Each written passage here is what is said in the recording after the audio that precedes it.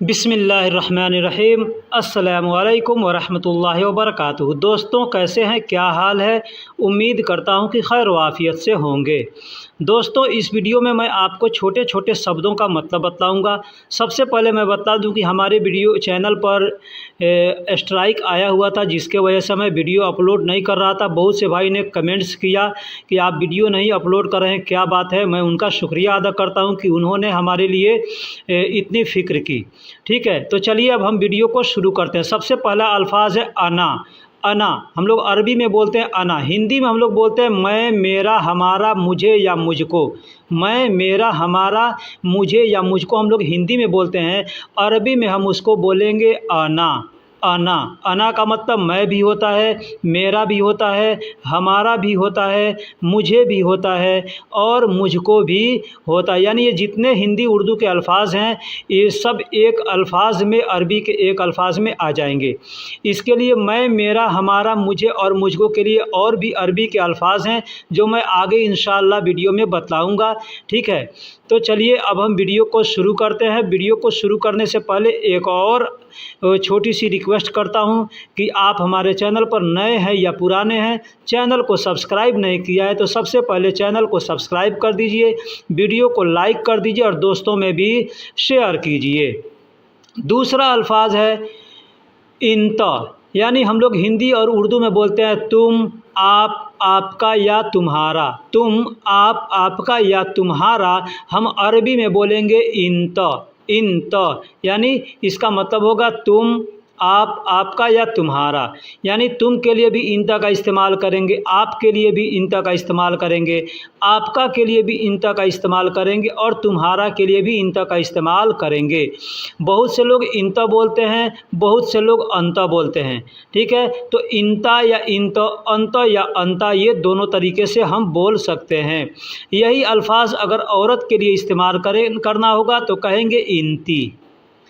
अगला सेंटेंस है कैफ। कैफ अरबी में बोलेंगे कैफ, हिंदी में बोलते हैं कैसे, कैसी या कैसा। कोई सामान कैसा है, किसी से पूछना है यह कैसा है तो कहेंगे हाजा कैफ, हाजा कैफ, यानी यह कैसा है। अब इसका मतलब होगा हाजा कैफ हम बोलेंगे तो यह कैसा है, यह कैसी है, यह कैसे हैं, ये सारे अल्फाज इसमें आ जाएंगे। कैफ का मतलब कैसे, कैसी या कैसा होता है।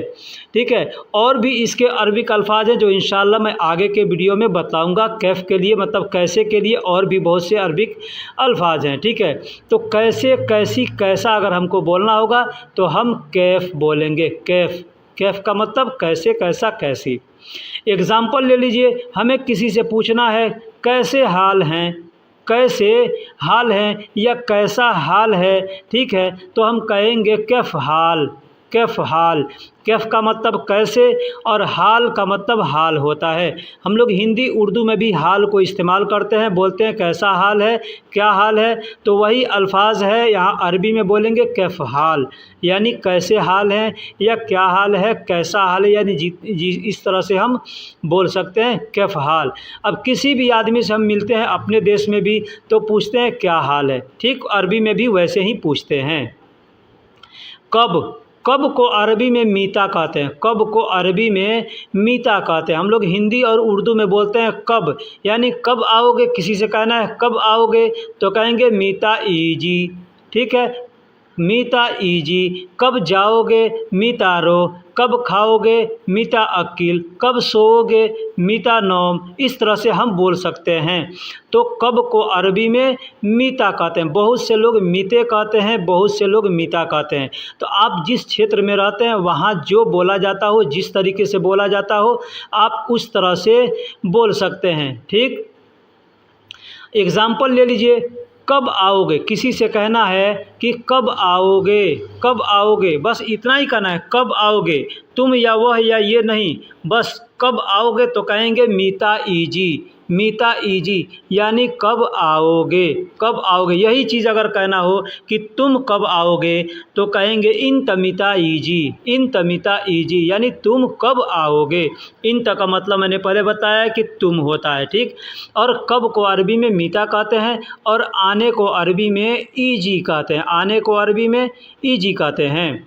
अब वही चीज़ हमको कहना है कि कब जाओगे, कब जाओगे तो कहेंगे मीता रोह, मीता रोह। मीता का मतलब होता है कब और रोह का मतलब होता है जाना, रोह का मतलब होता है जाना। देखिए रोह को कई जगह इस्तेमाल करते हैं, जैसे जा रहा हूँ, जाऊँगा, जाता हूँ, जाओगे, जाए, यानी ये जितने भी अल्फाज हैं सब के लिए रोह का इस्तेमाल किया जाता है। तो एग्ज़ाम्पल है कि कहना होगा कब जाओगे या कब जा रहे हो, कब जाएगा, कब जाऊँगा, तो हम कह सकते हैं मीता रोह। अब ये हमको समझना है कि उस वक्त का हाल क्या है, सिचुएशन क्या है, किस तरीके से का माहौल है, वैसा हमको बोलना है, वैसा उसका मतलब भी निकालना है। हम लोग हिंदी और उर्दू में बोलते हैं कभी कभी, कभी कभी। अरबी में बोलेंगे अहयाना, अरबी में बोलेंगे अहयाना यानी कभी कभी, कभी कभी। अब एग्ज़ाम्पल ले लीजिए कि हमको कहना है कि कभी कभी आया करो, कभी कभी आया करो तो कहेंगे अहयाना ईजी, अहयाना ईजी यानी कभी कभी आओ, कभी कभी आया करो, इसका मतलब ये हो गया, ठीक है। ऐसे हम चाहें तो अहयाना बहुत सी जगह पे इस्तेमाल करते हैं, कभी कभी वह बोलता है, कभी कभी ये ऐसा बोलता है, कभी कभी ये काम करने को मन नहीं करता, ऐसे बहुत से अल्फाज है तो वहाँ पे हम अहयाना का इस्तेमाल कर सकते हैं। लेश हम लोग उर्दू में बोलते हैं क्यों, हिंदी में बोलते हैं क्यों, अरबी में बोलेंगे लेश। दूसरा अरबिक अल्फाज है वेश, हिंदी उर्दू में क्यों बोलेंगे, अरबी में लेश बोलेंगे, वेश बोलेंगे। लेश का भी इस्तेमाल किया जाता है और वेश का भी इस्तेमाल किया जाता है। और भी बहुत से अरबिक अल्फाज हैं जो क्यों के लिए इस्तेमाल किया जाता है, जैसे लेमाज़ा, लेमाज़ा, लेमाज़ा का मतलब होता है क्यों, लेमाज़ा का मतलब होता है क्यों। लेश का मतलब क्यों, वेश का मतलब क्यों, लेमाज़ा का मतलब भी होता है क्यों। यानी ये 3 अल्फाज हैं और भी बहुत से अरबिक अल्फाज हैं, इंशाअल्लाह हमें जानकारी मिलती जाएगी, मैं आगे वीडियो में बताते जाऊंगा। बहुत से ऐसे अरबिक अल्फाज हैं जो हमने पिछले वीडियो में भी इस्तेमाल किए हैं, आपको आपने अगर पूरा वीडियो देखा होगा हमारा तो इंशाअल्लाह आपको मालूम होगा। एक है अल्फाज ले, ले का मतलब भी क्यों होता है, ले का मतलब भी क्यों होता है। लेश का मतलब क्यों, वेश का मतलब क्यों, लेमाज़ा का मतलब क्यों और ले का मतलब भी क्यों होता है। इस अल्फाज को बहुत से लोग इस्तेमाल करते हैं, जैसे हमसे कोई कहता है ये काम कर दो, हम कहेंगे कि नहीं करूँगा तो आदमी कहता है ले, ले मतलब क्यों, ठीक है। यानी लेश बोलना चाहता है लेकिन लेश न बोल करके सिर्फ आधा बोल देते हैं लोग, तो उतना से काम चल जाता है। तो लेश भी बोल सकते हैं या ले भी बोल सकते हैं, ले का मतलब भी क्यों होता है, लेश का मतलब भी क्यों होता है। हम लोग हिंदी उर्दू में बोलते हैं क्या, क्या, क्या, तो अरबी में बोलेंगे ऐश, अरबी में बोलेंगे ऐश, ऐश का मतलब क्या होता है, ऐश का मतलब क्या होता है। अब एग्जाम्पल है, किसी से कहना है क्या कर रहे हो, क्या कर रहे हो तो कहेंगे एस सौवी, एस सौवी यानी क्या कर रहे हो।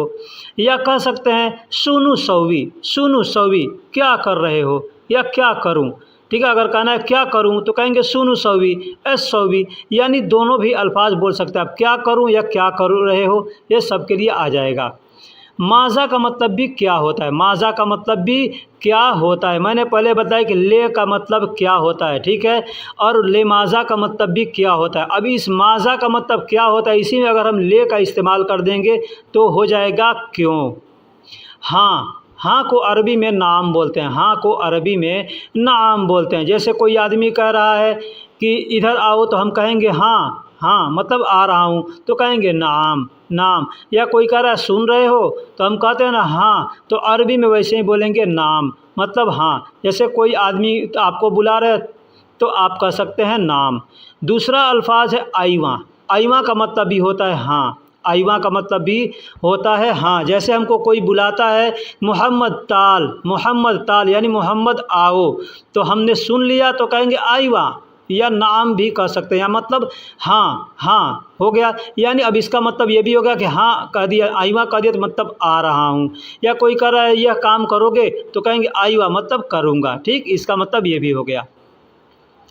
नाम को अरबी में इस्म कहते हैं। नाम, जैसे हमारा नाम आलमगीर अंसारी है, आपका नाम भी कुछ होगा, जो लोग भी वीडियो देख रहे हैं सबका नाम कुछ होगा, तो उस नाम को अरबी में इस्म कहते हैं। इस्म, इस्म का मतलब नाम, यानी किसी भी चीज़ के नाम हो तो उसको अरबी में इस्म कहेंगे। नाम का मतलब नहीं निकाला जाता, जैसे मोहम्मद मेरा नाम है तो मोहम्मद का मतलब नहीं निकाला जाएगा। ठीक है, अगर कोई कहता है आपका नाम क्या है तो कहेंगे इस्मक। आपका नाम, अगर कोई पूछता है कि आपका नाम तो कहेगा इस्मक, अरबी में कहेंगे इस्मक। इस्म का मतलब नाम और क का मतलब आपका या तुम्हारा।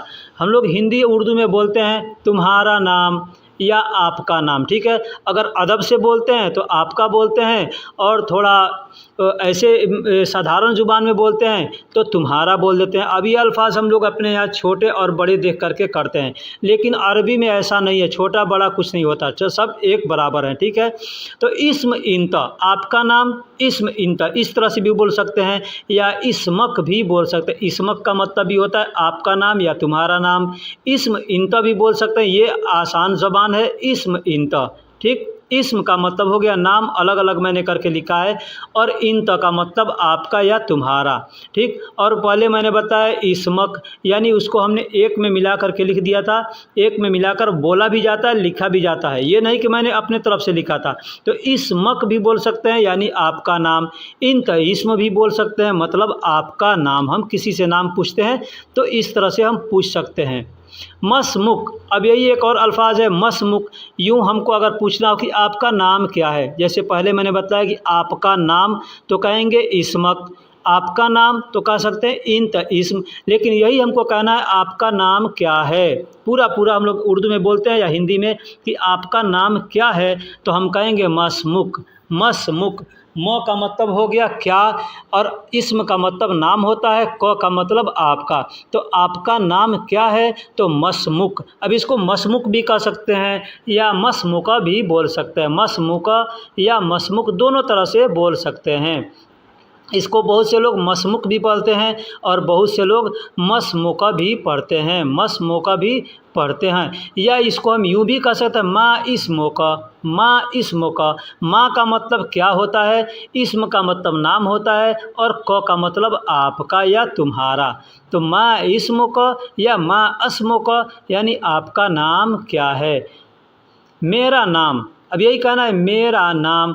इस्मी, इस्मी, इस्म का मतलब नाम होता है, और इसमें जो ई लगा हुआ है उसका मतलब होता है मेरा। इस्मी, अगर हम कहते हैं इस्मी तो इसका मतलब होता है मेरा नाम। इस्मी यानी मेरा नाम, मेरा नाम। यही अगर कहेंगे इस्मक तो मतलब हो गया तुम्हारा नाम। पहले मैंने बताया कि अगर कहना है तुम्हारा नाम तो कहेंगे इस्मक, और वही कहना है मेरा नाम तो कहेंगे इस्मी। इस्मी यानी बहुत से ऐसे अल्फाज हैं, मैं आपको बताऊंगा आगे कि जैसे किसी भी चीज़ में, किसी भी कोई सामान हो, कोई भी चीज़ हो, उसके आखिरी में अगर ई का इस्तेमाल करेंगे तो वो मेरा हो जाएगा, और वही अगर हम क का इस्तेमाल करेंगे किसी भी अल्फाज के आखिरी में तो वो तुम्हारा हो जाएगा, यानी वो सामने वाले के लिए बोला जाएगा। जैसे मैंने पहले बताया इस्मक यानी तुम्हारा नाम, अब यहाँ पे हो गया इस्मी तो मेरा नाम। ठीक है, तो ये चीज़ आखिरी जो भी अल्फाज आता है इसको थोड़ा समझना पड़ता है। एक और आखिर आपको मैं दिखा रहा हूँ, आखिरी में हु हमने लिखा है। ठीक है, जैसे हम लोग हिंदी उर्दू में कहते हैं उसका नाम, पहले मैंने बताया तुम्हारा नाम, फिर बताया मेरा नाम, अब यहाँ उसका नाम। हमको अगर किसी से पूछना है उसका नाम तो कहेंगे इस्मोहु। इस्मोहु यानी तुम्हारा नाम, उसका नाम। इस्म का मतलब नाम और हु का मतलब उसका, हु का मतलब उसका। अब यहाँ पे हम आखिरी में अगर हु लगा देते हैं तो हो जाएगा उसका। अब यहीं पे हु को हटा करके अगर हम क लगा देंगे तो हो जाएगा तुम्हारा, और हु को हटा करके इस मी का देंगे तो हो जाएगा मेरा। अब हमको पूछना है कोई कि उसका नाम क्या है, उसका नाम, तो हम कहेंगे इस्मोहु। इस्मोहु। अब वही चीज़ अगर हम लड़की के लिए बोलते हैं तो इसमोहा कहेंगे। लड़की के लिए, मर्द के लिए इसमोहू कहेंगे और लड़की के लिए इसमोहा कहेंगे। इसमोहा यानी उसकी नाम। यहाँ हमने उसकी लिखा है इसलिए ताकि समझ में आएगा कि ये लड़की के लिए बोला गया है, ठीक है।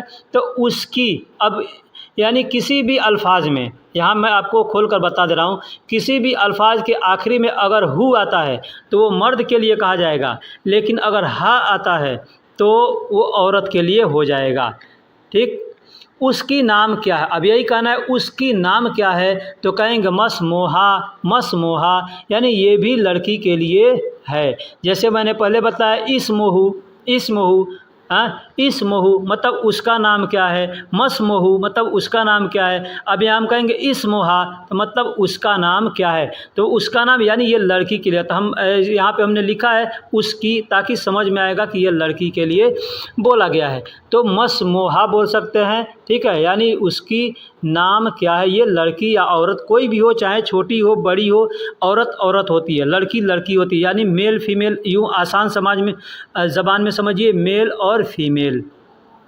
तो उसका नाम क्या है, मसमोहू, ये लड़का के लिए हो गया। और मसमोहा कहेंगे तो उसका नाम क्या है, ये लड़की के लिए हो गया। मसमोहू और मसमोहा, ये चीज़ सिर्फ आप अगर समझ देते हैं कि ये आखिरी में जो अल्फाज लगाया जाता है, इसको अगर कोई समझ गया तो यूँ समझ ले कि आसानी से अरबी बोलना उसे आ जाएगा, ठीक। जैसे बोलते हैं इसमी तो मेरा नाम, अब यही मी यानी ई अगर हम किसी भी अल्फाज में लगाएंगे, जैसे कहते हैं मेरा कफ़ील, तो हम बोलेंगे कफ़ीली, यानी मेरा कफ़ील हो गया, ठीक है। उसका कफ़ील तो कहेंगे कफ़ीलहू, कफ़ीलहू मतलब उसका कफ़ील, ठीक है। कफ़ीलहा, कफ़ीलहा अगर बोलेंगे तो ये हो गया उस लड़की का कफ़ील, ठीक। ये चीज़ों को आपको बस समझना है।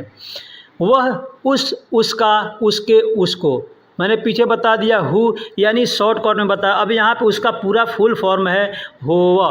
होवा का मतलब होता है वह, उस, उसका, उसके, उसको। यानी भी कि हम चाहें तो अगर किसी से पूछना है कि उसका नाम क्या है, तो मैंने बताया मस्मो का, मस्मो का यानी उसका नाम क्या है, ठीक है। लेकिन हम अगर वहाँ पे अगर कहेंगे मस्मोहू तो मतलब उसका नाम क्या है। मस्मो का यानी तुम्हारा नाम क्या है, और मस्मोहू यानी उसका नाम क्या है।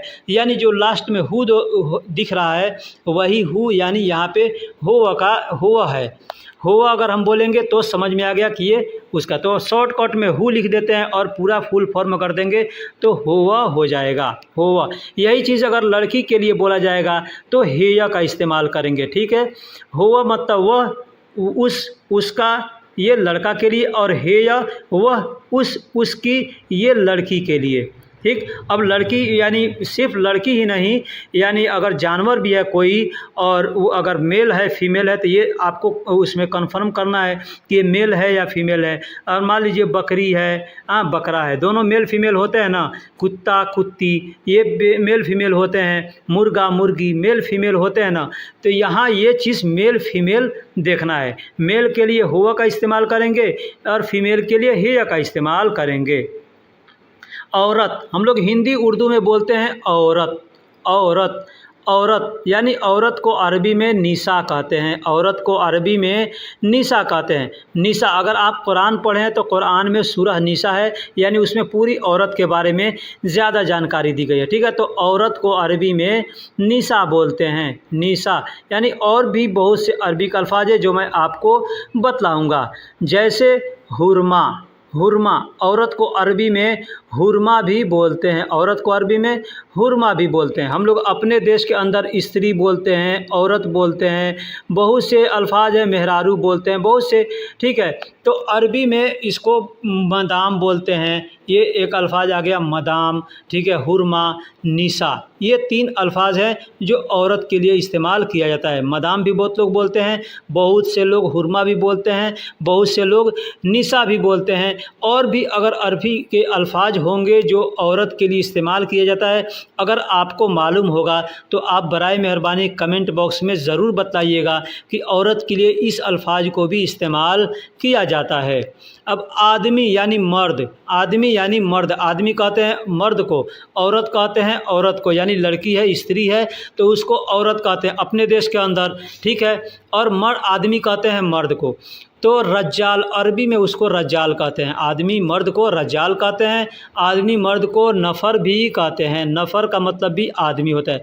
अब इसमें एक चीज़ कन्फर्म कर देता हूँ कि रज्जाल सिर्फ मर्द को कहते हैं, रज्जाल सिर्फ मर्द को कहते हैं, और नफ़र कहते हैं मर्द औरत दोनों को। ठीक है, जैसे एक जगह 4 आदमी खड़े हैं, वहाँ पे 2 औरतें हैं, 2 मर्द हैं। ठीक है, तो हमको पूछना है कम नफ़र मतलब कितने आदमी हैं, तो कहेंगे अरबा नफ़र यानी 4। अरबा नफ़रात हम कहेंगे, अरबा नफ़रात यानी 4 आदमी हैं। अब कोई अगर पूछता है कि कम हुरमा कम रज्जाल, तो कहेंगे इतने नफ़र हुरमा इतने नफ़र रज्जाल, यानी कुल्लो अरबा नफ़रात। इस तरह से हम बोल सकते हैं। ठीक है, तो नफ़र जो होता है ये औरत और मर्द दोनों पे लागू होता है, और जो रज्जाल होता है वो सिर्फ़ मर्द पे लागू होता है, यानी ये सिर्फ मर्द के लिए रज्जाल का इस्तेमाल किया जाता है। अब वैसे आदमी को, मर्द को शख्स भी कहते हैं। अब ये शख्स जो है ये भी अल्फाज जो है मर्द और औरत दोनों पे लागू होता है। जैसे मैंने पीछे बता दिया कि कोई पूछेगा कि कम नफ़र, यानी अब उसमें मर्द औरत कितने हैं वो दोनों आ जाएंगे। ठीक उसी तरह से पूछेगा कम शख्स यानी कितने आदमी, कितने नफ़र, कितने शख्स, कितने आदमी। ठीक है, तो इसमें भी मर्द और औरत दोनों आ जाएगा। लेकिन अगर सामने वाला पूछता है कम रज्जाल, तो ये सिर्फ औरतों को छांट दिया और सिर्फ मर्दों को यहाँ पूछ रहा है कि कम रज्जाल यानी कितने मर्द हैं। ठीक, अगर कह दिया कम नफ़र तो उसमें मर्द और औरत दोनों आ जाएंगे, या कह दिया कम शख्स तो मर्द और औरत उसमें दोनों आ जाएंगे, बच्चे बूढ़े जो भी होंगे सारे आ जाएंगे। लेकिन अगर सिर्फ रज्जाल कहता है तो उसमें जितने मर्द होते हैं उतने आ जाएंगे। या अगर सामने वाला हुरमा का इस्तेमाल कर दिया, या निसा का इस्तेमाल कर दिया, या मदाम का इस्तेमाल कर दिया, तो वो सिर्फ औरत के लिए पूछ रहा है, मर्दों के लिए नहीं पूछ रहा है। बच्चा को अरबी में तिफिल कहते हैं, बच्चा को अरबी में तिफिल कहते हैं। एक चीज़ बता दूं, अगर गौर से इस वीडियो को देखिएगा तो इंशाअल्लाह 2, 3, 4, 5 वीडियो इस तरह का बनाऊंगा, उसी वीडियो को देख करके आपको अरबी बोलना आ जाएगा। लेकिन अगर ध्यान नहीं दीजिएगा, सोचिएगा वीडियो बड़ा है या ये आदमी कैसे कैसे बकवास कर रहा है, ठीक है, तो बकवास समझ के अगर सीखेंगे तो कोई फ़ायदा नहीं है, देखेंगे तो आपको वीडियो देखना है, सीखना है। आप अगर नए हैं तो इस वीडियो को बहुत गौर से देखिएगा। एक बार में ना समझ में आए दोबारा देखिएगा, 2 बार में ना समझ में आए तीसरी बार देखिए, चौथी बार देखिए। उससे भी ना समझ में आए आप हमको कमेंट करके पूछिए, मैं उसके बारे में भी बतलाऊंगा। ठीक, तो बच्चा को अरबी में तिफिल भी कहते हैं और बजूरा भी कहते हैं। बजूरा का मतलब भी बच्चा होता है।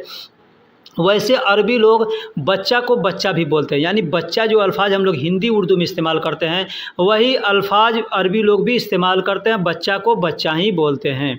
ठीक, अब यहाँ आया अतफ़ाल।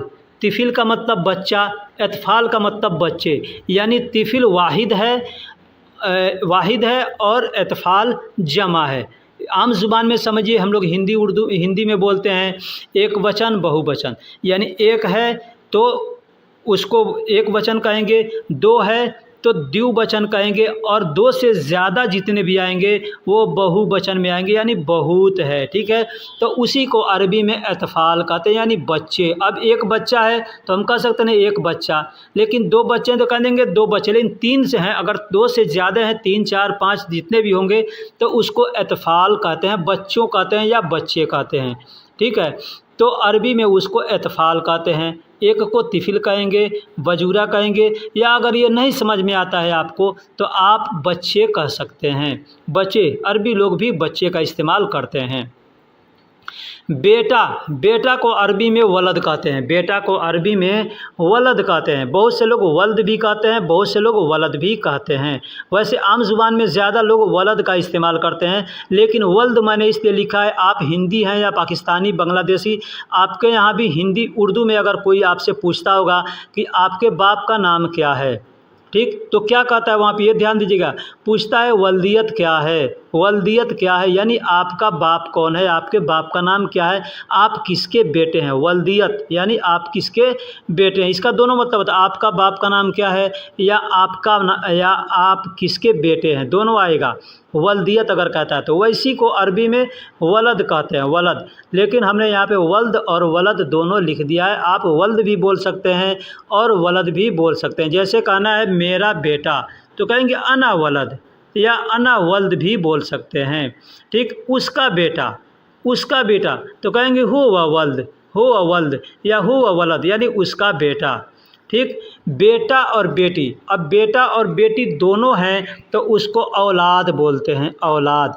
ये ज़ुबान हम लोग अपने देश के अंदर भी हिंदी उर्दू में भी इस्तेमाल करते हैं, औलाद। औलाद का मतलब बेटा बेटी, यानी जो भी होगा, बेटा होगा, बेटी होगी, बड़ा हो छोटा हो, सारे हो जाएंगे। कहते हैं ना मेरा औलाद, तो अरबी में कहेंगे औलादी, औलादी। मैंने पीछे बताया कि अगर किसी भी अल्फाज के आखिरी में हम ई का इस्तेमाल कर देंगे तो वो हो जाएगा मेरा। जैसे औलाद का मतलब हो गया बेटा बेटी। ठीक, अब यही कहेंगे औलादी, औलादी मतलब मेरा बेटा बेटी, मेरा बेटा बेटी यानी मेरी औलाद। ठीक है, तो किसी भी अल्फाज के आखिरी में अगर दी का ई का इस्तेमाल कर देंगे, अब लास्ट में अगर तो आता है, ठीक, तो उसको ती बना देंगे, दो आता है तो दी बना देंगे, लो आता है तो ली बना देंगे, को आता है तो की बना देंगे। ठीक है, तो ये जितने अल्फाज आएंगे उसको हम की, ली, मी, ती, ये जो भी बनाएंगे तो उसका मतलब हो जाएगा मेरा। जैसे औलादी मतलब मेरा बेटा, मेरी औलाद, ठीक, मेरी संतान। ठीक, बेटी, बेटी को अरबी में बिंत कहते हैं, बेटी को अरबी में बिंत कहते हैं। बिंत का मतलब होता है बेटी। अब यहाँ पे वल्द का मतलब बेटा हो गया या वलद का मतलब बेटा हो गया, बिंत का मतलब बेटी। अब ये अल्फाज भी मैं आपको आम ज़ुबान में समझा दूँ कि आप अपने देश में रहते हैं, हिंदी या उर्दू में अगर बोलते हैं तो कोई पूछता है उर्दू में, किसी लड़की का नाम बताता है तो क्या बताता है, बोलेगा फ़लाँ बिंत फ़लाँ, फ़लाँ बिंत फ़लाँ। ठीक है, यानी पहले उस नाम लड़की का नाम लेगा, फिर उसके बाद बिंत कह करके उसके बाप का नाम लेगा, यानी फ़लाँ बिंत फ़लाँ। ठीक है, उसी तरह से बेटा का नाम लिया जाता है तो लिखा जाता है फ़लाँ इब्न फ़लाँ, इब्न फ़लाँ। इब्न का मतलब भी बेटा होता है और वलद का मतलब भी बेटा होता है। तो बहुत से लोग लिखते हैं वल्द फ़लाँ और बहुत से लोग फ़लाँ इब्न फ़लाँ।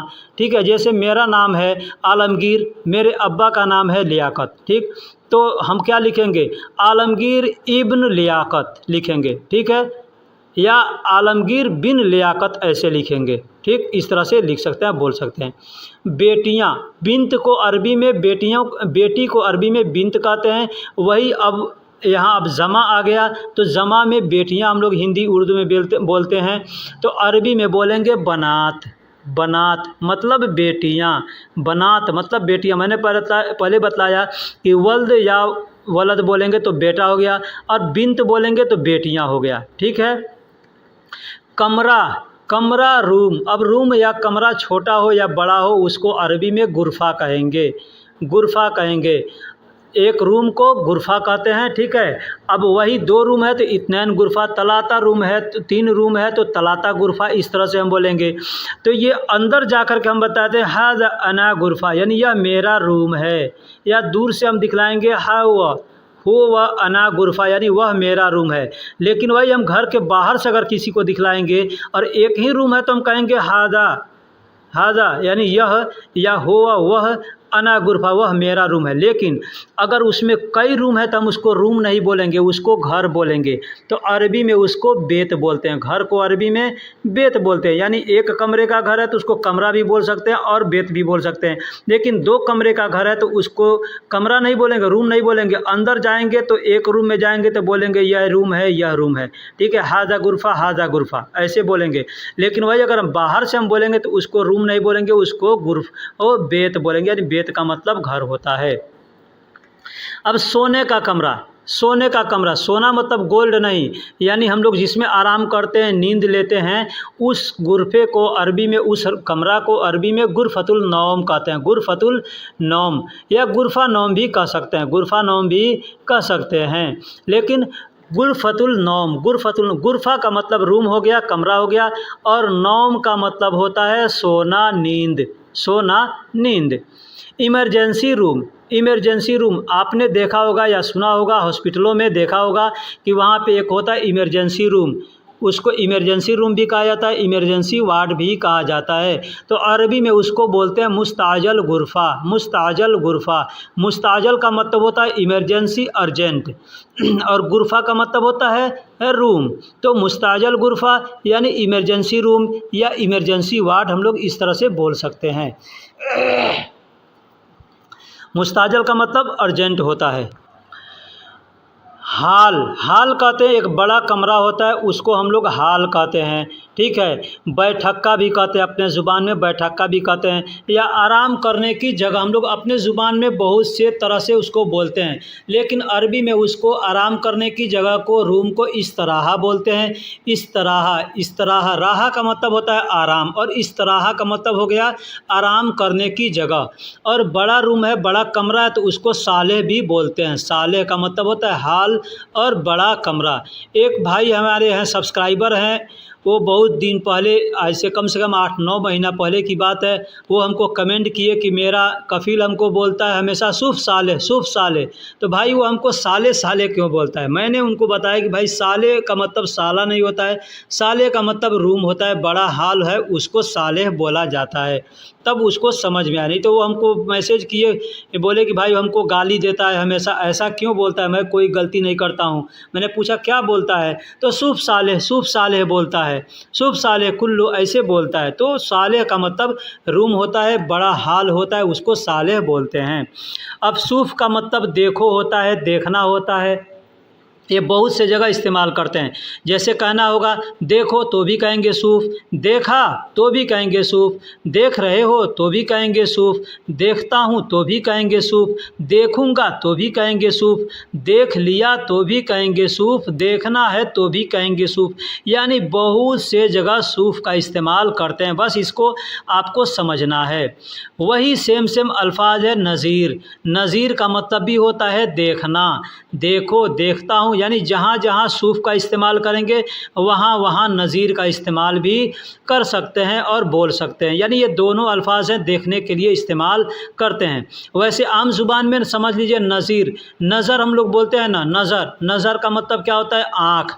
आँख जो हम आँख से देखते हैं उसको नज़र बोलते हैं, नज़र, ठीक है। नज़र का मतलब देखना होता है, आँख से देखना, ठीक है। तो नज़र, अब उसको हम आम ज़ुबान में आँख भी बोल सकते हैं या नज़र भी बोल सकते हैं। आदमी कहता है ना कि नज़रें नीची रखो, यानी आँखें नीची रखो, ठीक। ये ज़ुबान आप समझते हैं ना कि कोई आपको बोलता है कि आँख नीची करो, यानी नज़र नीची करो, बोलता है ना, तो नज़र का मतलब आँख। तो हम लोग अरबी में नज़र बोलते हैं, हिंदी में, उर्दू में आँख बोलते हैं, लेकिन हम लोग हिंदी उर्दू में भी नज़र का इस्तेमाल करते हैं। तो ये नज़र जो अल्फाज है ये अरबी का अल्फाज है। दूसरा अल्फाज है ऐन।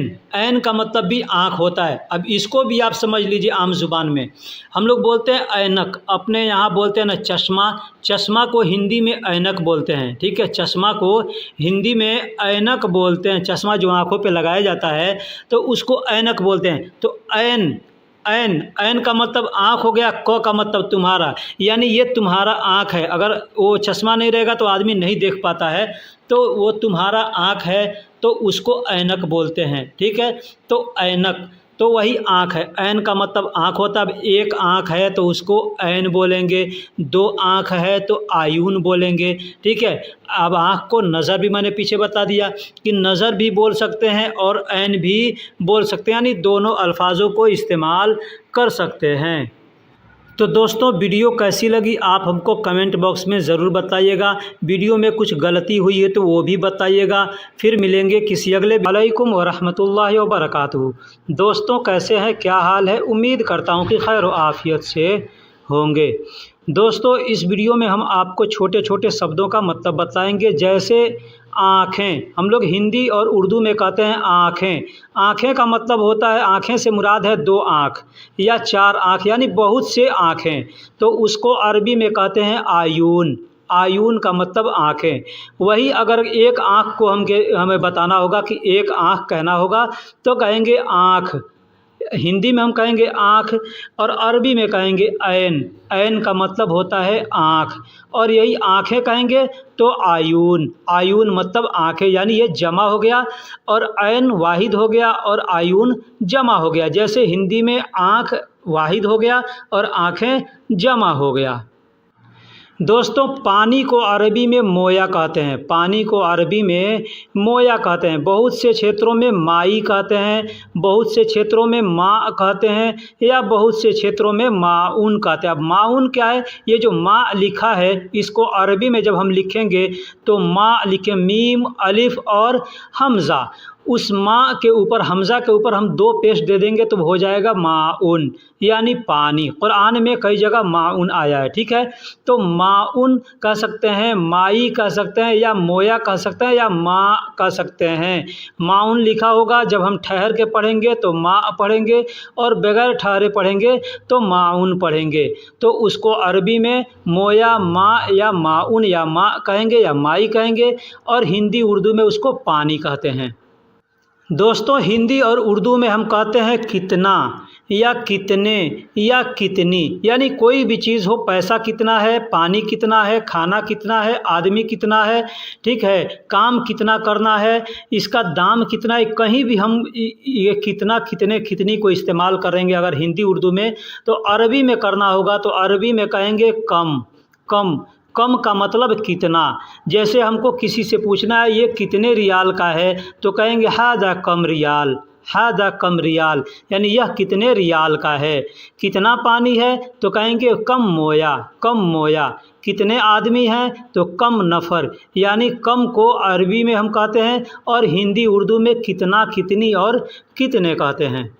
दोस्तों, हम लोग हिंदी उर्दू में कहते हैं थोड़ा या थोड़ी या थोड़े, ठीक है। थोड़ा, थोड़ी, थोड़े हम लोग कहते हैं हिंदी और उर्दू में। अरबी में उसको बोलते हैं सोया, सोया। बहुत से लोग सोया बोलते हैं, बहुत से लोग सोए बोलते हैं। जैसे हमको पानी चाहिए, थोड़ा पानी चाहिए तो कहेंगे सोय मोया, सोय मोया अबगा, या सोया मोया अबगा, यानी थोड़े पानी चाहिए। तो सोया का मतलब थोड़ा या थोड़ी। बहुत से जगह सोया का मतलब धीरे धीरे भी होता है। जैसे हम कहेंगे कि धीरे धीरे चलो तो कहेंगे सोय सोय यमसी, सोय सोय यमसी, यानी धीरे धीरे चलो। यमसी का मतलब चलना होता है, और सोय सोय का मतलब थोड़ा, थोड़ी और धीरे धीरे दोनों के लिए इस्तेमाल किया जाता है। धीरे धीरे हमने अभी बताया कि धीरे धीरे अगर कहना होगा कि धीरे धीरे चलो या धीरे धीरे काम करो, धीरे धीरे खाओ, ठीक है, तो हम वहाँ पे सोए सोए का इस्तेमाल करेंगे। सोए सोए भी बोल सकते हैं या सोया सोया भी बोल सकते हैं। कहना है धीरे धीरे खाओ तो कहेंगे सोए सोए अक्किल या सोया सोया अक्किल, इस तरह से हम बोल सकते हैं। धीरे धीरे चलो तो सोए सोए यमसी, सोए सोए यमसी, यानी धीरे धीरे चलो। दोस्तों, हम लोग हिंदी और उर्दू में कहते हैं कम या थोड़ा, कम या थोड़ा। अभी मैंने बताया कि अरबी में कम कहते हैं, तो कम को हिंदी में कहते हैं कितना, यानी हिंदी में कहेंगे कितना, कितना, कितना, कितने, कितनी, तो अरबी में कहेंगे कम। ये अरबी का कम है। और एक हो गया हिंदी का कम और उर्दू का कम, यानी हिंदी और उर्दू में बोलते हैं कम या थोड़ा, ठीक है। तो इसको अरबी में कहते हैं नागस। नागस का मतलब होता है कम, और थोड़ा का मतलब होता है अरबी में कलील। कलील का मतलब थोड़ा, कलील का मतलब थोड़ा। अब एक और चीज़ बता दूं, सोया का भी इस्तेमाल कर सकते हैं। सोया का मतलब ये तो होता है थोड़ा, ठीक है। तो सोया को थोड़ा के लिए भी इस्तेमाल किया जाता है, और धीरे धीरे धीरे के लिए भी इस्तेमाल किया जाता है। सोया सोया बोलेंगे तो थोड़ा थोड़ा या धीरे धीरे। लेकिन अगर हम कलील बोलते हैं तो कलील का मतलब होता है थोड़ा। नागस बोलते हैं तो नागस का मतलब होता है कम। ये अल्फाज आप उर्दू में भी पढ़े होंगे, नाकिस, नाकिस। नाकिस का मतलब उर्दू में नाकिस कहते हैं, अरबी में वही अल्फाज, वही लिखावट है, उसको नागस कहते हैं। दोस्तों, बेड, बिस्तर और चारपाई। बेड बिस्तर जो होता है जिस पर हम सोते हैं तो उसको अरबी में कहते हैं सरीर, शरीर, यानी जो चारपाई है उसको भी शरीर कहते हैं, और बेड बिस्तर जो भी होता है उस सब को शरीर बोल देते हैं तो चल जाता है, समझ में आ जाता है कि आदमी क्या बोल रहा है। ठीक है, तो बेड हो, बिस्तर हो या चारपाई हो, उस पूरा एक साथ में है तो उसको हम शरीर कहेंगे। शरीर का मतलब बेड बिस्तर। एक होता है हिंदी उर्दू का शरीर, तो शरीर का मतलब बदन होता है, जिस्म होता है, तो ये हिंदी उर्दू का नहीं है, ये अरबी का शरीर है। इस शरीर का मतलब बेड बिस्तर चारपाई बिछौना होता है। दोस्तों, बिस्तर पे जब हम बिछाते हैं गद्दा, उसको गद्दा कहते हैं, चाहे बिस्तर पे बिछाएं या ज़मीन पर बिछाएं, तो उस गद्दा को हम लोग हिंदी उर्दू में गद्दा कहते हैं, तो उसको अरबी में कहते हैं मर्तबा। मर्तबा यानी गद्दा, मर्तबा यानी गद्दा। अब किसी क्षेत्र में कुछ और भी बोला जाता होगा, लेकिन हमें जो मालूम है मैंने यहाँ लिख दिया कि गद्दा को मर्तबा कहते हैं। दोस्तों, हम लोग जो तकिया लगाते हैं सोने के वक्त में, तकिया लगाते हैं, चाहे वो बिस्तर पे लगाएं या चाहे सोफ़े पर लगाएं, तो उस तकिया को अरबी में कहते हैं मुखद्दा। मुखद्दा, मुखद्दा का मतलब तकिया, मुखद्दा का मतलब तकिया। ये तकिया उर्दू अल्फाज है, तकिया उर्दू अल्फाज है या हिंदी अल्फाज है, उसको अरबी में बोलेंगे तो मुखद्दा बोलेंगे, मुखद्दा। एक तकिया अरबी अल्फाज है, उस तकिया का मतलब टोपी होता है, जो हम सर पे टोपी लगाते हैं, तो अरबी में उस टोपी को अरबी में तकिया कहते हैं। और एक हिंदी उर्दू में तकिया कहते हैं, तो उस तकिया का अरबी मुखद्दा होता है, और जो अरबी का तकिया होता है उसका हिंदी और उर्दू टोपी होता है। दोस्तों, अभी मैंने बताया कि टोपी को अरबी में तकिया कहते हैं। अब चाहे किसी भी प्रकार का टोपी हो, चाहे ठंडी में पहनने वाला टोपी हो, या चाहे मिलिट्री का टोपी हो, या जो हम लोग हैट कहते हैं एक, वो टोपी हो, या नमाज़ पढ़ने वाला टोपी हो, यानी किसी भी तरह का किसी भी प्रकार का टोपी होगा उसको अरबी में तकिया बोलते हैं। तकिया, बहुत से लोग तगिया बोलते हैं। कंबल, हम लोग हिंदी उर्दू में कंबल बोलते हैं, अरबी में उसको बतानिया बोलते हैं, अरबी में उसको बतानिया बोलते हैं, बतानिया यानी कंबल। अब देखिए, कंबल कई तरीके का होता है। एक तो होता है कंबल जिसको हम लोग कंबल कहते हैं, यानी उसमें थोड़ा थोड़ा रोंवा निकला हुआ था, ऊनी होता है। और एक होता है सेम रजाई के तरह, जैसे हम लोग हिंदी उर्दू में रजाई बोलते हैं ना, तो उसके तरह से एक होता है, तो उसको भी बहुत से लोग बतानिया बोलते हैं, बहुत से लोग उसको मफरश कहते हैं। मफरश यानी वो भी कंबल के जैसा ही सेम होता है, लेकिन उसमें ऊनी नहीं होता है, उसके अंदर में रुई होता है और ऊपर से कपड़ा होता है, तो उसको मफरश कहते हैं। और जो कंबल होता है जो ऊनी होता है, यानी ऊपर से भी ऊन दिखता है, उसको अरबी में बतानिया कहते हैं।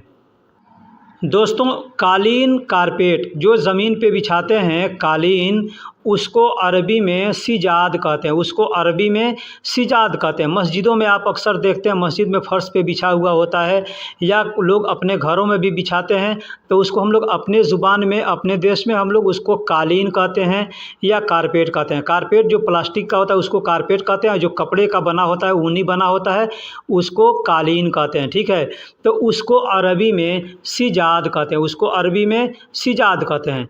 बहुत से लोग फुरसा भी कहते हैं, फुरसा। फुरसा का मतलब भी होता है कारपेट। फुरसा यानी फर्श पे बिछा हुआ है, फर्श का मतलब होता है बिछौना। ठीक है, तो ज़मीन पे जो बिछाया हुआ है उसको फुरसा भी कहते हैं और सिजाद भी कहते हैं।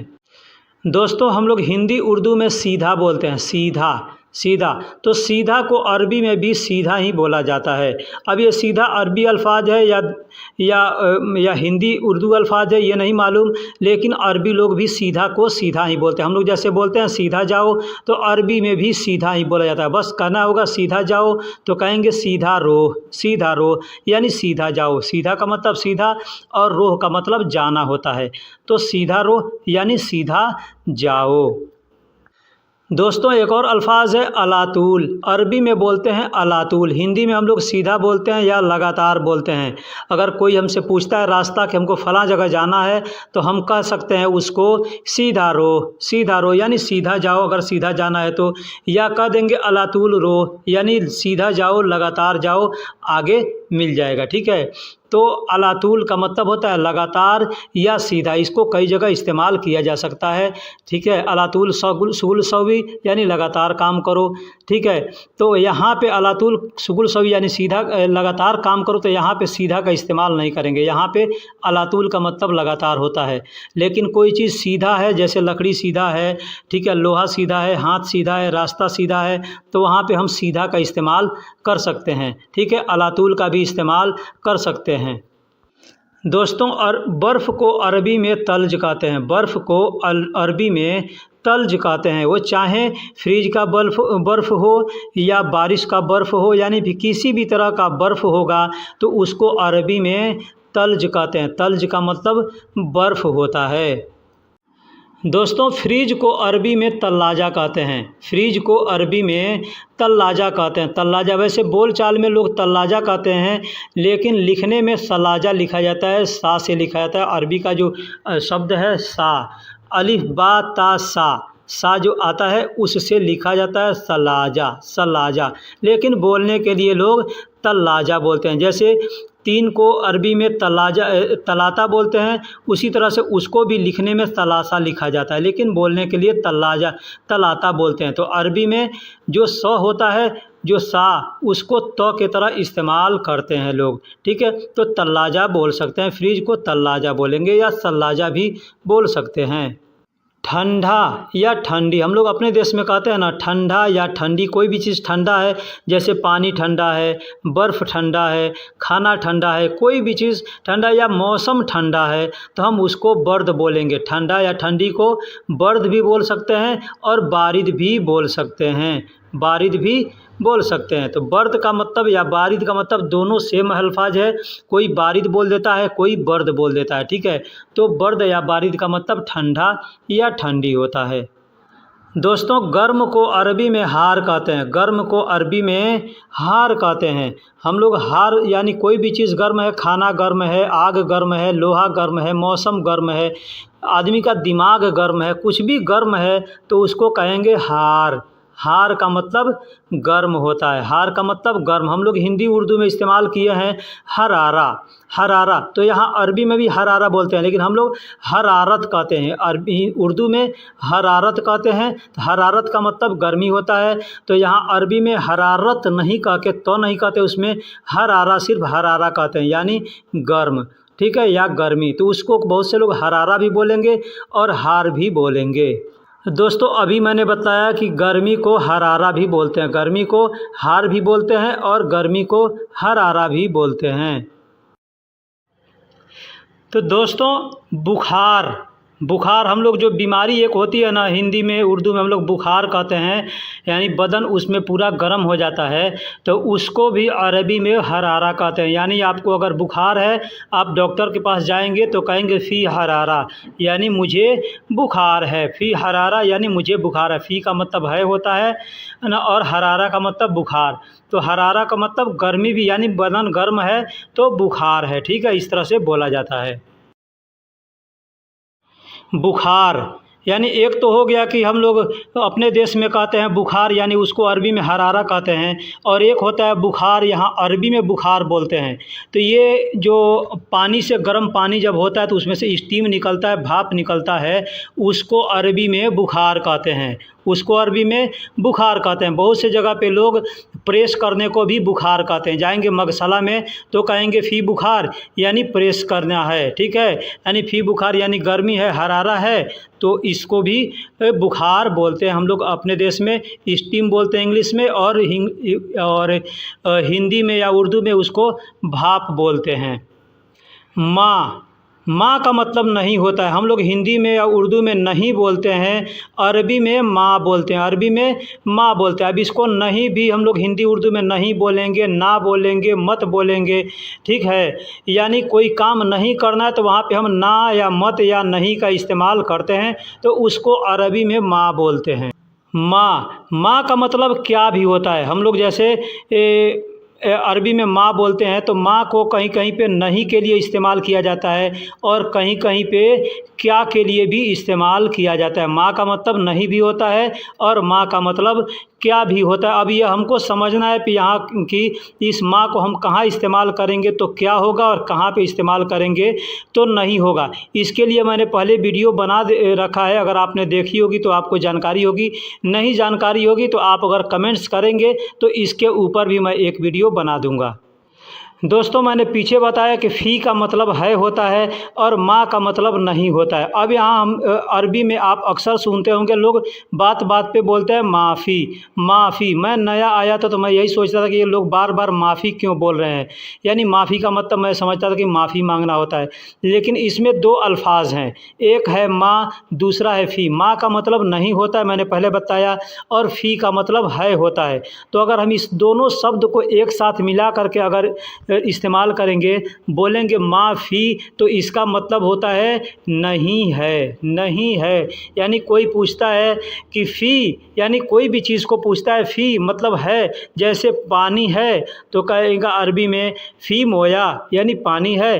तो अगर नहीं है तो हम कह देंगे माफ़ी, मतलब नहीं है, या अगर है तो कह देंगे फ़ी, यानी है। अब यहाँ पे फ़ी का भी इस्तेमाल कर सकते हैं और अइमा का भी इस्तेमाल कर सकते हैं, या नाम का भी इस्तेमाल कर सकते हैं। नाम का मतलब मैंने पीछे बताया कि हाँ होता है, अइमा का मतलब भी हाँ होता है, और फ़ी का मतलब है होता है। तो हम चाहें तो फ़ी का भी इस्तेमाल कर सकते हैं बताने के लिए कि है, ठीक।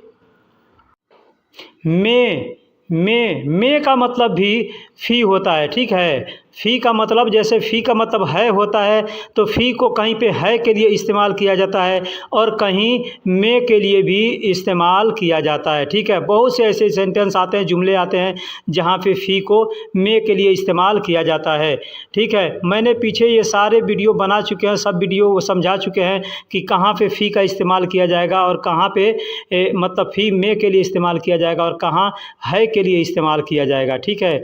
तो फ़ी को का मतलब में भी होता है और फ़ी का मतलब है भी होता है। लिए, हम लोग हिंदी उर्दू में बोलते हैं लिए, तो लिए का अरबी होता है ली। कहीं भी हमको लिए इस्तेमाल करना है तो कहेंगे ली का मतलब लिए होता है।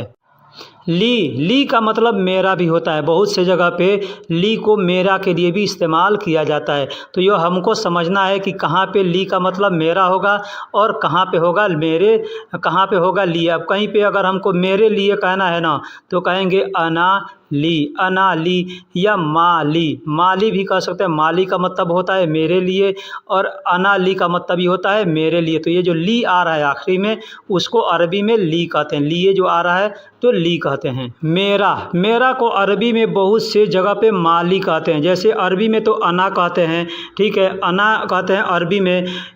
और अरब कंट्री के अंदर में मतलब मेरा के लिए अना का इस्तेमाल ज़्यादा किया जाता है। वही अगर आप दुबई में जाएंगे तो दुबई में उरीद का इस्तेमाल किया, तो उरीदु मतलब मेरा होता है, ठीक है। और यही आप कतर में जाएंगे तो कतर में माली का मतलब मेरा होता है। माली वहाँ पे ज़्यादा इस्तेमाल किया जाता है मेरा के लिए।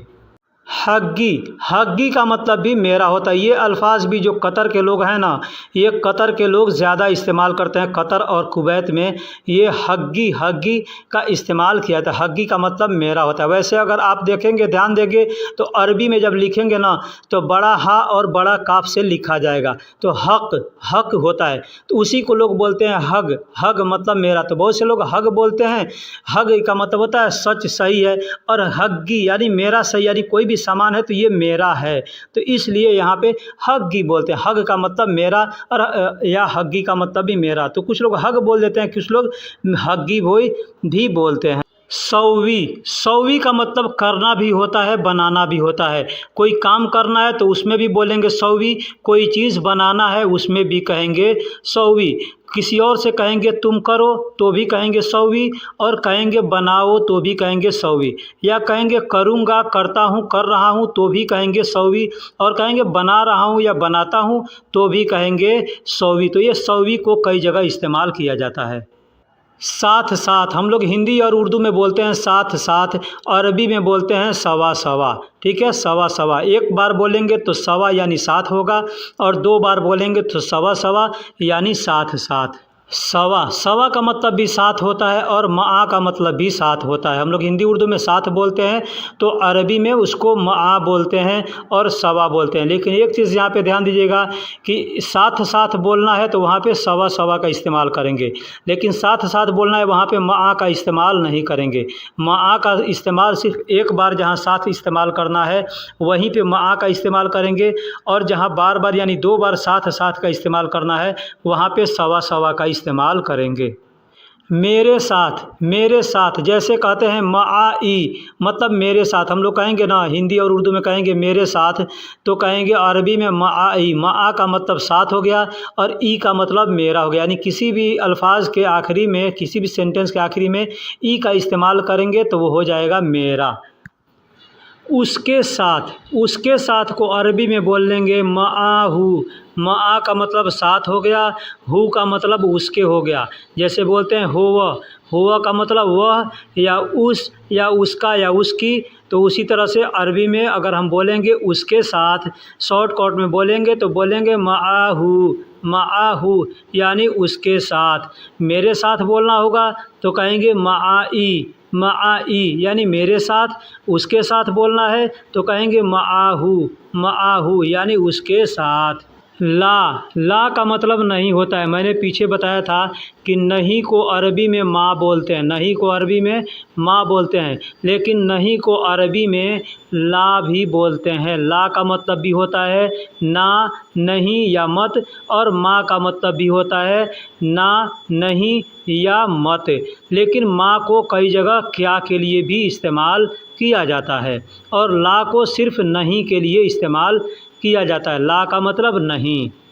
बोलने को अरबी में गुल कहते हैं, बोलने को अरबी में गुल कहते हैं। बहुत से लोग गाल भी कहते हैं, बहुत से लोग गुल भी कहते हैं। तो गुल भी बोल सकते हैं, गाल भी बोल सकते हैं।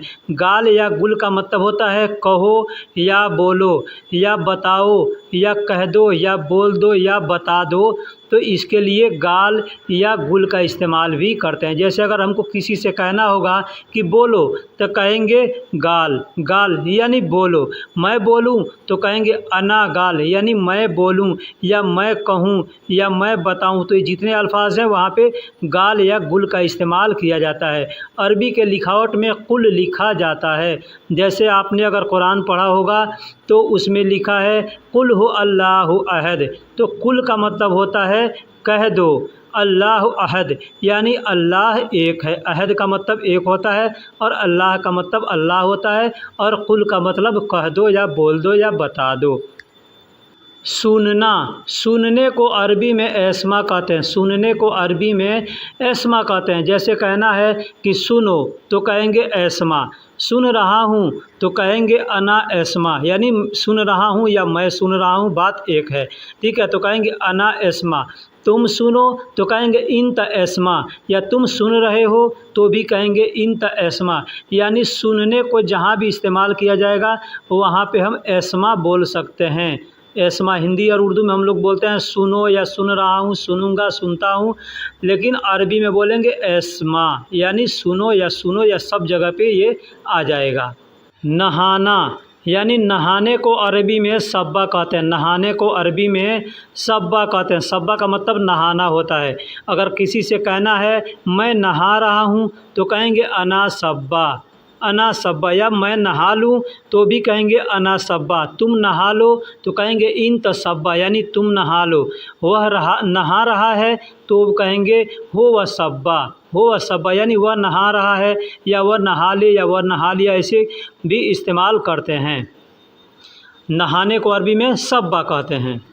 दूसरा अल्फाज है गुस्ल। नहाने को अरबी में गुस्ल भी कहते हैं। बहुत से लोग गुस्ल का इस्तेमाल करते हैं और बहुत से लोग हैं जो सब्बा बोलते हैं। सब्बा, तो सब्बा का मतलब भी नहाना होता है और गुस्ल का मतलब भी नहाना होता है। ये गुस्ल अल्फाज जो है हम लोग उर्दू में भी इस्तेमाल करते हैं। उर्दू जो पढ़े हैं उनको मालूम है कि गुस्ल का मतलब नहाना होता है, लेकिन अरबी में सब्बा का मतलब नहाना होता है। अब गुस्ल में और नहाने और सब्बा में कुछ अंतर है। अंतर ये है कि गुस्ल में कुछ फ़राइज़ होते हैं और सब्बा में कोई फ़राइज़ नहीं है।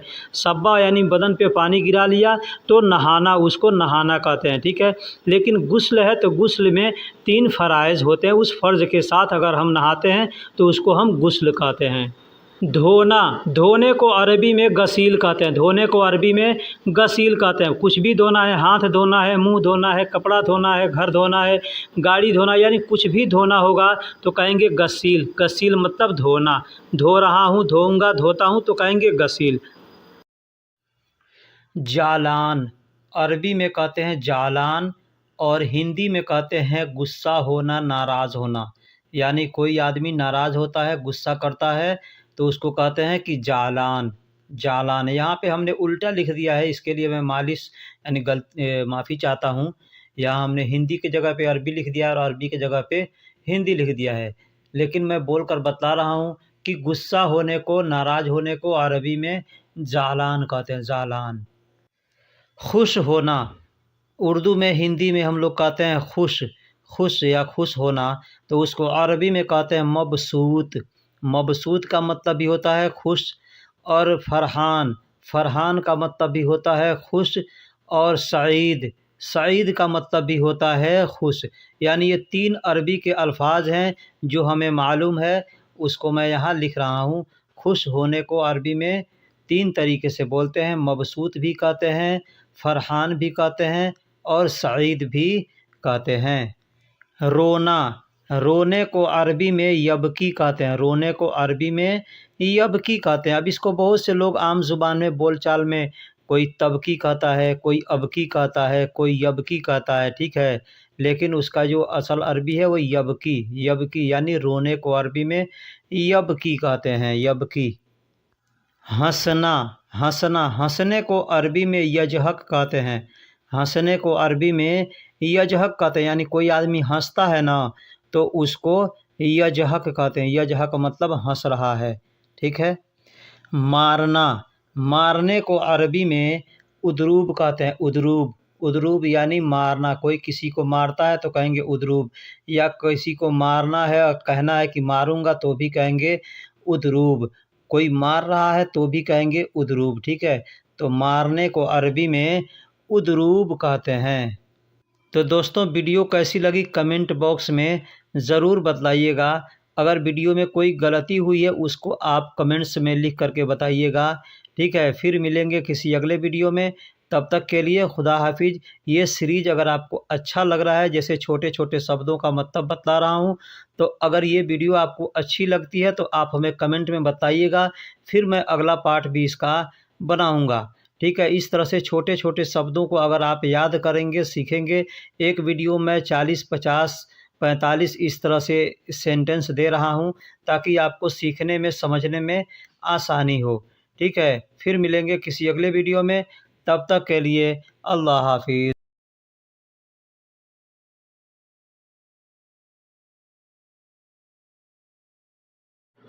बिस्मिल्लाहिर्रहमानिर्रहीम। अस्सलामु अलैकुम वरहमतुल्लाहि वबरकातुहू। दोस्तों, कैसे हैं, क्या हाल है?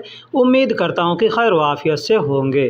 दोस्तों, अरबी में भागने को इन्हास कहते हैं। अरबी में भागने को अरबी में इन्हास कहते हैं। जैसे कोई भाग रहा है तो कहेंगे हुवा इन्हास, यानी वह भाग रहा है, ठीक है। वह भाग गया तो भी कहेंगे हुवा इन्हास, वह भाग गया।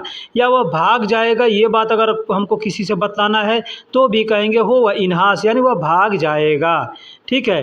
तो भागने को अरबी में इन्हास कहते हैं। दोस्तों, एक बात बता दूं, आप हमारे चैनल पर नए हैं या पुराने हैं, चैनल को सब्सक्राइब नहीं किया है तो सबसे पहले चैनल को सब्सक्राइब कर दीजिए, वीडियो को लाइक कर दीजिए।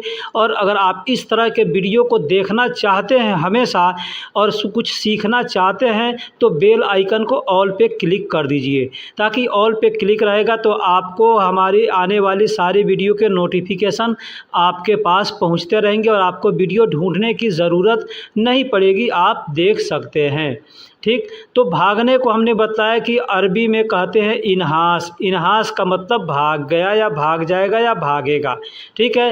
लेकिन दूसरा अल्फाज है खल्ली वल्ली। खल्ली वल्ली, तो खल्ली वल्ली को कई जगह इस्तेमाल करते हैं। खल्ली वल्ली को भी कहते हैं, भागने को खल्ली वल्ली कहते हैं। आदमी कहता है ना कि वो भाग गया तो खल्ली वल्ली हो गया, ठीक है, खल्ली वल्ली हो गया। तो खल्ली वल्ली को कई जगह इस्तेमाल करते हैं। जैसे कि कोई काम कर रहे हैं, कोई आता है बोलता है कि उसका काम कर रहा है तो आदमी कहता है अरे खल्ली वल्ली, उसको हटाओ, मतलब उसको हटाओ, उसको छोड़ो।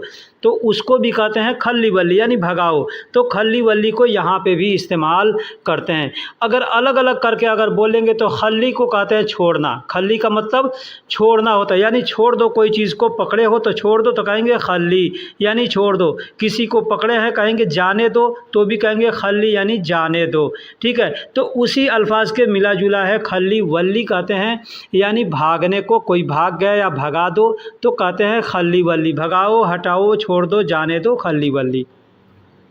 दरवाज़ा को अरबी में बाब कहते हैं। दरवाज़ा को अरबी में बाब कहते हैं। बाब यानी किसी भी तरह का दरवाज़ा हो, चाहे घर का दरवाज़ा हो, दुकान का, मकान का, ऑफिस का, कहीं का भी दरवाज़ा हो, छोटा हो बड़ा हो, उसको बाब कहेंगे। अब छोटा है या बड़ा है आपको पहचान करके बताना है तो कहेंगे सगीर बाब या कबीर बाब, इस तरह से कह सकते हैं। बाब का मतलब दरवाज़ा, सगीर का मतलब छोटा होता है और कबीर का मतलब बड़ा होता है। ताला, ताला को अरबी में गफ़ल कहते हैं। ताला को अरबी में गफ़ल कहते हैं। गफ़ल का मतलब ताला होता है। वैसे इसको अरबी के लिखावट में क़फ़ल लिखा जाता है, बड़ा काफ, फ़ा और लाम, क़फ़ल, लेकिन बोलने के लिए लोग गफ़ल बोलते हैं। गफ़ल का मतलब ताला होता है। गफ़ल का मतलब ताला। चाबी, चाबी को अरबी में मिफ्ता कहते हैं। चाबी को अरबी में मिफ्ता कहते हैं। मिफ्ता का मतलब चाबी होता है। जैसे मैंने बताया गफ़ल का मतलब ताला होता है, ठीक है, तो कहते हैं हम लोग ताला चाबी कहते हैं, तो अरबी में कहेंगे गफ़ल मिफ्ता। गफ़ल मिफ्ता यानी ताला चाबी, ठीक है। गफ़ल मिफ्ता कहेंगे तो ताले की चाबी भी होगा और गफ़ल मिफ्ता कहेंगे तो ताला और चाबी भी दोनों हो जाएगा। लेकिन कहेंगे गफ़ल मिफ्ता तो ताले की चाबी, और गफ़ल व मिफ्ता कहेंगे या वह गफ़ल मिफ्ता कहेंगे तो मतलब ताले की, ताला और चाबी दोनों हो जाएगा। तो ताला को गफ़ल कहते हैं और चाबी को मिफ्ता कहते हैं। बंद करने को अरबी में शक्कर कहते हैं। बंद करने को अरबी में शक्कर कहते हैं। शक्कर का मतलब बंद करना। शक्कर का मतलब बंद करना। बंद करने को अरबी में शक्कर भी कहते हैं और गलक भी कहते हैं। गलक का मतलब भी होता है बंद करना। गलक का मतलब भी होता है बंद करना। बहुत से लोग इगलक कहते हैं, ठीक है, तो इगलक भी कह सकते हैं या गलक भी कह सकते हैं। बंद करने को गलक भी कह सकते हैं। दोस्तों, बंद करने को तफ़्फ़ी भी कहते हैं। तफ़्फ़ी, शक्कर भी कहते हैं, गलक भी कहते हैं और तफ़्फ़ी भी कहते हैं। तफ़्फ़ी का मतलब भी होता है बंद करना। बंद करने को अरबी में तफ़्फ़ी भी कहते हैं। तफ़्फ़ी, तफ़्फ़ी यानी बंद करना। दोस्तों, मैंने पीछे बताया कि गलक का मतलब बंद करना होता है, इगलक का मतलब भी बंद करना होता है। लेकिन अगर मुगलक कहेंगे तो मतलब कोई कहता है कि देखो बंद है तो कहेंगे मुगलक यानी बंद है, ठीक है। बंद है तो मुगलक कहेंगे। बंद करने को इगलक कहते हैं और या गलक कहते हैं, बंद करने को, और बंद है पहले से बंद है तो उसको कहेंगे मुगलक। मुगलक यानी बंद है। मुगलक यानी बंद है। गलक, गलक का मतलब बंद करना मैंने पीछे बताया। मुगलक का मतलब बंद है, बंद है, ठीक है, तो मुगलक भी मुगलक कहेंगे। लेकिन अगर कोई कहता है बंद करो तो कहेगा इगलक। इगलक, इगलक यानी बंद करो। इगलक यानी बंद करो। बहुत से ऐसे अरबी के अल्फाज हैं जो बंद करने के लिए इस्तेमाल करते हैं। जैसे मैंने पीछे बता दिया, शक्कर का मतलब भी बंद होता है, गलक का मतलब भी बंद होता है। तो गलक, इगलक, मुगलक ये एक ही अल्फाज है, इसको बंद करो, बंद करना है, बंद है, इस तरह से इस्तेमाल करते हैं, ठीक है। तफ़्फ़ी का मतलब भी बंद करना होता है। ताल, आओ को अरबी में ताल कहते हैं। आओ को अरबी में ताल कहते हैं। जैसे हम किसी को कहेंगे आओ, आओ, हिंदी और उर्दू में कहते हैं ना आओ, तो कहेंगे ताल, ताल। अब यहाँ एक चीज़ देख लीजिए कि आओ कहेंगे तभी उसको अरबी में ताल कहेंगे, ठीक है। नहीं तो कहेंगे आना, जैसे कहते हैं कब आओगे, तो यहाँ पे नहीं कहेंगे कि कब आओगे के लिए ताल का इस्तेमाल नहीं करेंगे, ठीक है। आओ यानी सामने है या कहीं भी है, हम फ़ोन पर भी बोल रहे हैं आओ तो कहेंगे ताल, ठीक है। सामने है कहेंगे आओ तो कहेंगे ताल। वही जब हम किसी को कहेंगे कि आओ यानी अरबी में कहेंगे ताल, ताल यानी आओ, आओ, तो सामने वाला कहेगा कि आ रहा हूँ तो कहेगा ईजी, ईजी। ईजी का मतलब आ रहा हूँ। अब ईजी को कई जगह इस्तेमाल करते हैं, जैसे आ रहा हूँ, आऊँगा, आता हूँ, आ रहा हूँ, आ गया, ठीक है, आओगे, आते हो, आ रहे हो, ये जितने अल्फाज हैं सब के लिए ईजी हम बोलेंगे तो वो पूरा हो जाएगा। ईजी का मतलब ये सारे अल्फाज उसमें आ जाएंगे, ठीक है। तो ईजी का मतलब आ रहा हूँ और ताल का मतलब आओ, आओ। रोह, रोह का मतलब जाओ। हम लोग हिंदी उर्दू में कहते हैं जाओ, किसी को कहते हैं जाओ तो कहेंगे रोह, रोह। अब यहाँ पे एक चीज़ देख लीजिए, आओ को अरबी में ताल कहते हैं, ठीक है। आ रहा हूँ, आऊँगा, आता हूँ, ये सब के लिए ईजी का इस्तेमाल करते हैं। लेकिन हम अगर कहेंगे जाओ, जा रहा हूँ, जाऊँगा, जाता हूँ, जाओगे, जा रहे हो, ये जितने अल्फाज हैं ये सब के लिए रोह का इस्तेमाल करते हैं, ठीक है। जैसे कहना होगा कि कब जाओगे तो कहेंगे मीता रोह, ठीक है। या कब जाऊं तो भी कहेंगे मीता रोह, ठीक है। कब जा रहे हो तो भी कहेंगे मीता रोह। मीता का मतलब होता है कब, और रोह का मतलब जा रहा हूँ, जाऊंगा, जाता हूँ, जा रहा, ये जितने भी अल्फाज हैं सब के लिए रोह का इस्तेमाल करेंगे। जा रहा हूँ, जैसे कहेंगे जाओ तो कहेंगे रोह, ठीक है। मैंने बताया कि जा रहा हूँ, जाऊँगा, जाता हूँ, ये सब के लिए रोह का इस्तेमाल करते हैं। लेकिन उसी में अगर बहुत से लोग हैं जो कि कहते हैं अरोह, अरोह मतलब मैं जा रहा हूँ, ठीक है। तुरोह यानी तुम जाओ। तो अगर हम तुरोह अरोह ना कहेंगे तो भी, अगर हम सिर्फ रोह कहेंगे तो भी ये सेंटेंस पूरा हो जाएगा, ठीक है। लेकिन नए आदमी के लिए मैं ये बताया हूँ, जब पुराने हो जाएंगे तो खुद आपको समझ में आ जाएगा कि अरोह का मतलब क्या होता है और तुरोह का मतलब क्या होता है, बरोह का मतलब क्या होता है, ठीक है। तो जा रहा हूँ कहेंगे, अगर मैं जा रहा हूँ तो अना रोह न कह के हम अरोह कहेंगे, यानी अ का मतलब हो गया अना और रोह का मतलब जा रहा हूँ या जाऊँ, तो अरोह यानी मैं जाऊँ, ठीक है। वही अगर कहना होगा किसी सामने वाले को कि तुम जाओ तो कह सकते हैं तुरोह, तुरोह यानी तुम जाओ, ठीक है। तुरोह यानी तुम जाओ। नाम, नाम हिंदी में हम लोग कहते हैं नाम। जैसे आपका नाम क्या है, उसका नाम क्या है, तो इस नाम को अरबी में इस्म कहते हैं। इस नाम को अरबी में इस्म कहते हैं। इस्म का मतलब नाम। जैसे हमको किसी से पूछना है आपका नाम तो कहेंगे इंता इस्म, यानी आपका नाम, ठीक है।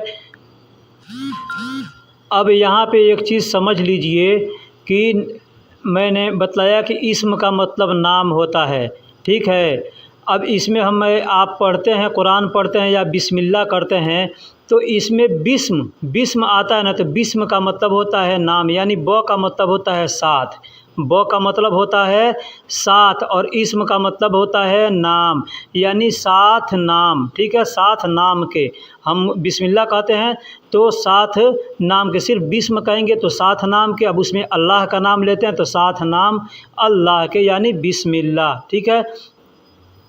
तो बिस्म का मतलब नाम होता है और उसमें अल्लाह का नाम मिक्स कर देते हैं तो हो गया साथ नाम अल्लाह के, ठीक है। तो हम कहते हैं बिस्मिल्लाह। अक्सर यह जुमला हम लोग इस्तेमाल करते हैं खाना खाने के वक्त में, कपड़ा पहनने के वक्त में, यानी किसी भी काम को शुरू करने से पहले हम कहते हैं बिस्मिल्लाह, यानी साथ नाम अल्लाह के ये काम शुरू कर रहा हूँ। अब चाहे वो खाना हो, चाहे सोना हो, जागना हो, काम हो, कुछ भी हो, कपड़ा पहनना हो, कहीं जाना आना कुछ भी हो, तो बिस्मिल्लाह हम कहते हैं, यानी साथ नाम अल्लाह के ये काम शुरू कर रहा हूँ या सफ़र कर रहा हूँ, कुछ भी है। दोस्तों, जगह को अरबी में मकान कहते हैं। हिंदी और उर्दू में जगह बोलते हैं, अरबी में उसको मकान बोलते हैं। मकान का मतलब जगह होता है, मकान का मतलब जगह होता है। चाहे वो घर का जगह हो, मकान का, या दुकान का जगह हो, गाड़ी खड़ी करने की जगह हो, या उठने बैठने की जगह हो, कोई भी जगह हो, उसको अरबी में मकान बोलते हैं। दोस्तों, दुकान को अरबी में बकाला कहते हैं। दुकान को अरबी में बकाला कहते हैं। यूँ समझिए कि अपने देश में कहते हैं जनरल स्टोर, यानी उस दुकान में हर चीज़ें मिलती है, खाने पीने से लेकर पहनने ओढ़ने तक, या जो भी सामान है हर सामान वहाँ मिलता है, तो उसको जनरल स्टोर कहते हैं। उसी को अरबी में बकाला कहते हैं। दवा का दुकान, हम लोग अपने देश के अंदर दवा का दुकान कहते हैं, या दवा खाना कहते हैं, या मेडिकल स्टोर कहते हैं। यहाँ अरबी में उसको सदीलिया कहते हैं। अरबी में सदीलिया कहते हैं। सदीलिया का मतलब दवा खाना, दवा का दुकान, मेडिकल स्टोर, जो भी हम कहें, अरबी में उसको सदीलिया बोलेंगे। अस्पताल को अरबी में मुस्तशफ़ा कहते हैं। हम लोग अपने देश में हिंदी में अस्पताल कहते हैं, इंग्लिश में हॉस्पिटल कहते हैं, उसको अरबी में मुस्तशफ़ा कहते हैं। मुस्तशफ़ा मतलब अस्पताल या हॉस्पिटल, जो भी कहें उसको अरबी में मुस्तशफ़ा कहते हैं। डॉक्टर को अरबी में तबीब कहते हैं। डॉक्टर को अरबी में तबीब कहते हैं। ये तबीब अल्फाज उर्दू में भी मिल जाता है। उर्दू में भी हम लोग जो उर्दू पढ़े हैं उनको पहले से मालूम होगा कि डॉक्टर को अरबी में तबीब कहते हैं, हिंदी में वैद्य कहते हैं, इंग्लिश में डॉक्टर कहते हैं और अरबी और उर्दू में तबीब कहते हैं। बीमार को अरबी में ताबान कहते हैं। बीमार को अरबी में ताबान का मतलब बीमार होता है। ताबान का मतलब बीमार होता है। बीमार को अरबी में ताबान कहते हैं।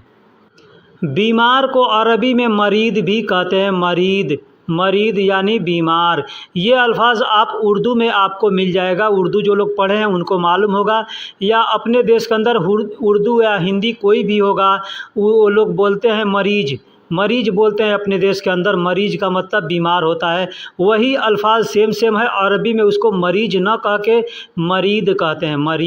मरीद यानी बीमार। वो ऐसा होता है, अरबी में जब लिखा जाता है तो मीम, रा, या और ज़्वाद से लिखा जाता है। तो कितने लोग ज़्वाद को ज़्वाद कहते हैं, कितने लोग द्वाद कहते हैं। तो जो द्वाद कहते हैं वो मरीद कहेंगे और जो ज़्वाद कहते हैं वो मरीज़ कहेंगे। तो ये अल्फाज उर्दू में भी आपको मिलेगा। दवा को अरबी में दवा ही बोला जाता है।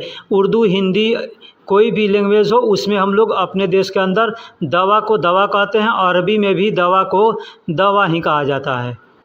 हवा को अरबी में भी हवा ही बोला जाता है। हिंदी, उर्दू में भी हवा कहते हैं और अरबी में भी हवा ही कहते हैं। दोस्तों, इस तरह का एक वीडियो हमने बना करके अपलोड किया है पहले का, जिसमें हम कम से कम 100 से ऊपर अल्फाज उस वीडियो में दिए हैं, जो सिर्फ ये बताता है, उस वीडियो में बताया हूँ उस अल्फाजों को जो हम लोग हिंदी और उर्दू में रोज़ इस्तेमाल करते हैं, लेकिन हमको मालूम नहीं होता है कि ये हिंदी है या उर्दू है या अरबी है। ठीक है, हम लोग हिंदी उर्दू समझ के उस इस्तेमाल करते हैं। जैसे दवा को दवा कहते हैं, हवा को हवा कहते हैं, मुश्किल को मुश्किल कहते हैं।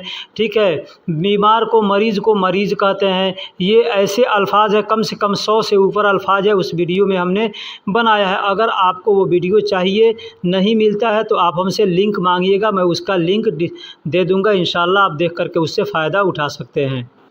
पानी को अरबी में मोया कहते हैं। पानी को अरबी में मोया कहते हैं। मोया का मतलब पानी। बहुत से कंट्री में माई बोलते हैं, मोया बोलते हैं, मोय बोलते हैं, माँ बोलते हैं, माउन बोलते हैं।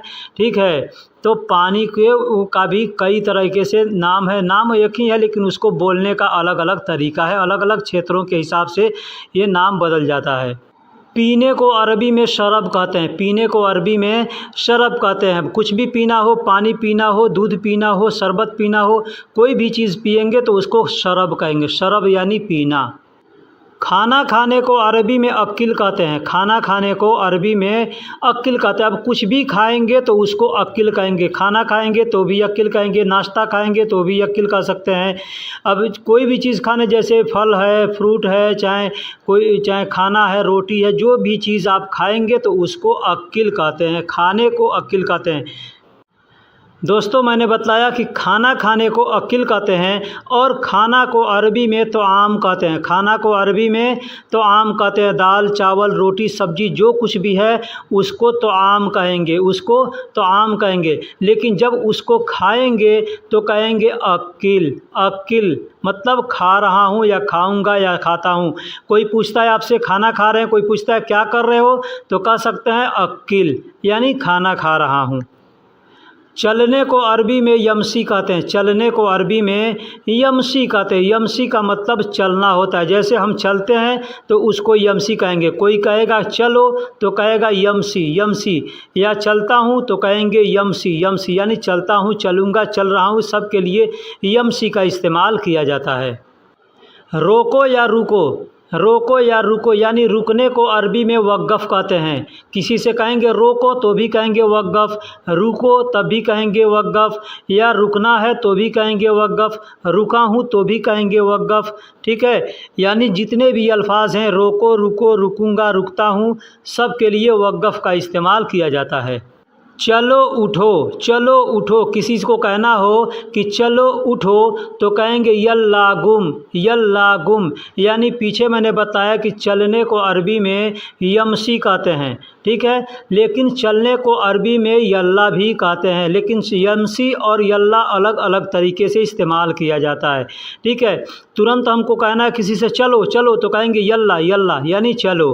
ठीक है, और अगर थोड़ी देर बाद या इसे रुक करके आदमी कहता है ना कि जाऊंगा, चलूंगा, तो वहाँ पे यमसी का इस्तेमाल किया जाता है। लेकिन तुरंत कहना है कोई साथ में है तो कहते हैं कि चलो, तो अरबी में कहेंगे यल्ला, यल्ला यानी चलो। तो अगर हमको कहना है कि चलो उठो, कोई आदमी सोया है तो कहते हैं ना चलो उठो, चलो उठो, अब वक्त हो गया तो कहेंगे यल्ला गुम यानी चलो उठो। यल्ला का मतलब चलो और गुम का मतलब उठना होता है। गुम का मतलब उठना, किसी को कहना है उठो उठो तो कहेंगे गुम गुम यानी उठो उठो।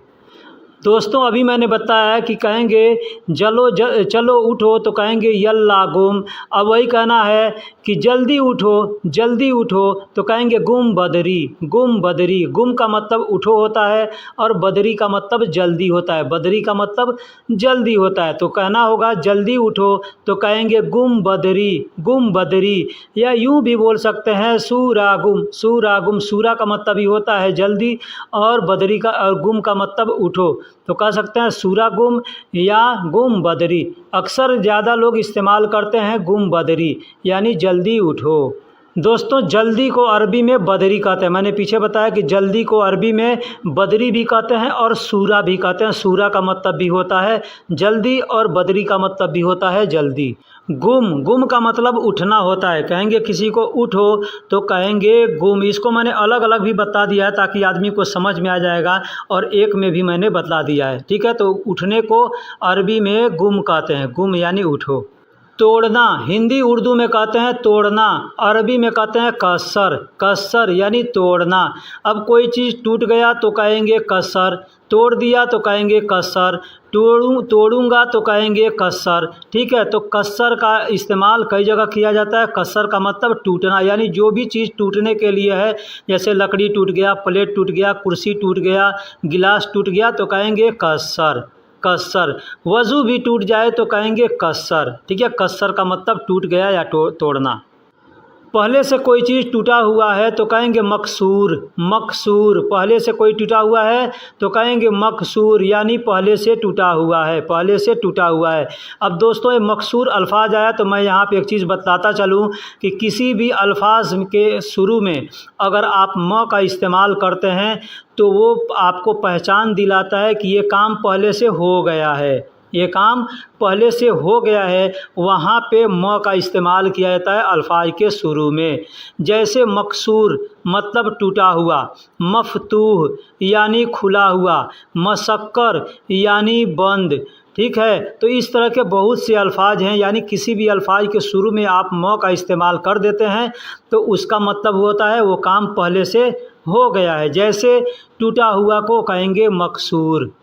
अब टूटने को कसर कहते हैं और टूटा हुआ है तो मकसूर कहेंगे, लेकिन जोड़ने को अरबी में युदिफ कहते हैं, युदिफ, युदिफ यानी जोड़ना, युदिफ यानी जोड़ना। रास्ता को अरबी में तरीक कहते हैं, रास्ता को अरबी में तरीक कहते हैं। जिस रास्ते पर हम चलते हैं, रोड पर चलते हैं, उसको हम लोग रोड कहते हैं, सड़क कहते हैं, रास्ता कहते हैं, डगर कहते हैं। बहुत से अल्फाज हैं हमारे हिंदी और उर्दू में, तो उसी तरह से अरबी में भी बहुत से अल्फाज हैं। एक अल्फाज है रास्ता को अरबी में तरीक कहते हैं, तरीक यानी ये भी एक अल्फाज है, और भी अल्फाजों को मैं आगे बता रहा हूँ। रास्ता को अरबी में सबील भी कहते हैं, सबील। मैंने पहले बताया कि तरीक कहते हैं, फिर से सबील यानी तरीक भी कहते हैं और सबील भी कहते हैं। दोस्तों रास्ता को अरबी में सिरात भी कहते हैं, रास्ता को अरबी में सिरात भी कहते हैं, यानी तरीक़ भी कहते हैं, सबील भी कहते हैं और सिरात भी कहते हैं। और भी बहुत से अल्फाज होंगे जो रास्ता के लिए, सड़क के लिए इस्तेमाल किया जाता है। अगर आपको मालूम हो तो आप कमेंट बॉक्स में ज़रूर लिखिएगा कि रास्ते को ये अल्फाज भी बोला जाता है। दोस्तों सीधा को अरबी में मुस्तकीम कहते हैं, सीधा को अरबी में मुस्तकीम कहते हैं। अब सीधा का मतलब ये नहीं कि कोई सामान सीधा है तो वहाँ पे मुस्तकीम का इस अल्फाज इस्तेमाल करें, नहीं, वहाँ पे मुस्तकीम का अल्फाज इस्तेमाल नहीं करेंगे, वहाँ पे सीधा को सीधा कहेंगे। ठीक है, ये सीधा अल्फाज जो भी है ये भी अरबिक अल्फाज है। ठीक है, अब मुस्तकीम का मतलब होता है जो सीधा सीधा मतलब जो सही सीधा। ठीक है, जैसे आपने कुरान पढ़ा होगा तो उसमें पढ़े हैं सिरातल मुस्तकीम, यानी सीधे रास्ते, सीधे रास्ते। ठीक है, तो यहाँ पे हम मुस्तकीम का इस्तेमाल करते हैं। दोस्तों मैंने बताया कि सीधा को अरबी में मुस्तकीम भी कहा जाता है और सीधा को अरबी में सीधा भी बोलते हैं। अब ये सीधा अल्फाज अरबी है या उर्दू है ये नहीं मालूम, लेकिन अरबी लोग अक्सर सीधा को सीधा ही बोलते हैं।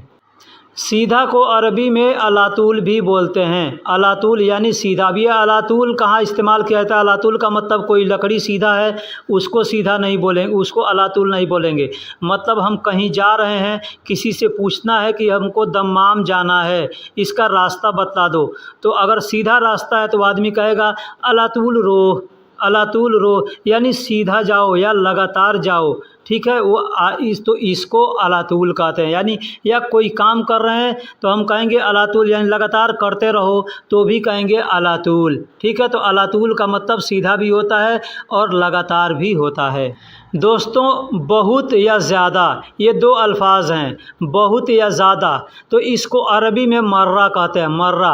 अब मर्रा का मतलब कहीं बहुत होता है, कहीं ज़्यादा होता है। ठीक है, जैसे आप बाज़ार में जाते हैं सामान खरीदने, किसी से पूछा कि हाजा कम रियाल, मतलब यह कितने रियाल का है, तो वो कहता है हाजा खमसा रियाल, मतलब यह 5 रियाल का है। तो अगर आपको महंगा लग रहा है तो कहेंगे मर्रा गाली, मर्रा गाली, यानी बहुत महंगा है या ज़्यादा महंगा है। इसका मतलब दोनों हो गया, बहुत महंगा है या ज़्यादा महंगा है। गाली का मतलब महंगा होता है और मर्रा का मतलब बहुत या ज़्यादा, दोनों के लिए इस्तेमाल किया जाता है। दोस्तों जैसे मैंने बताया कि बहुत महंगा है कोई सामान तो आप कह सकते हैं मर्रा गाली, मर्रा गाली। मर्रा का मतलब बहुत या ज़्यादा और गाली का मतलब महंगा। अब आप चाहें तो मर्रा गाली न कह के सिर्फ गाली भी कह सकते हैं, सिर्फ गाली भी कह सकते हैं, यानी महंगा, महंगा कोई सामान महंगा। लेकिन ऐसे नहीं समझ में आएगा, आप कहेंगे मर्रा गाली तो मतलब हो गया बहुत ज़्यादा है या बहुत महंगा है।